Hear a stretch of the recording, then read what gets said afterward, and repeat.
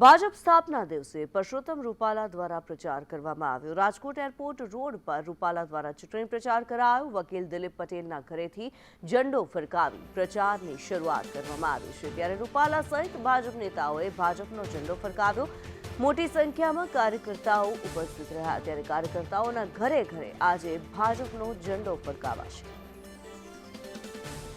ત્યારે રાજકોટની વાત કરવામાં આવે, રાજકોટમાં પરસોત્તમ રૂપાલાએ પોતાના પ્રચારની જ્યારે શરૂઆત કરી છે ત્યારે એરપોર્ટ રોડ ઉપર રૂપાલા દ્વારા ચૂંટણી પ્રચાર કરવામાં આવ્યો છે। મોટી સંખ્યામાં કાર્યકર્તાઓ પણ જોડાયા। ત્યારે ભાજપનો સ્થાપના દિવસ છે અને આ દિવસ નિમિત્તે એડવોકેટ દિલીપ પટેલના ઘરે ભાજપનો ઝંડો ફરકાવી પ્રચારની શરૂઆત કરવામાં આવી। ત્યારે રૂપાલા તેમજ ભાજપના જે અન્ય નેતાઓ છે તેમણે પણ ભાજપનો ઝંડો ફરકાવ્યો છે। ભાજપનો સ્થાપના દિવસ ઉજવી રહ્યા છે ભાજપના કાર્યકર્તાઓ। ત્યારે કાર્યકર્તાઓ દ્વારા ઘરે ઘરે આજે ભાજપનો ઝંડો ફરકાવવામાં આવશે।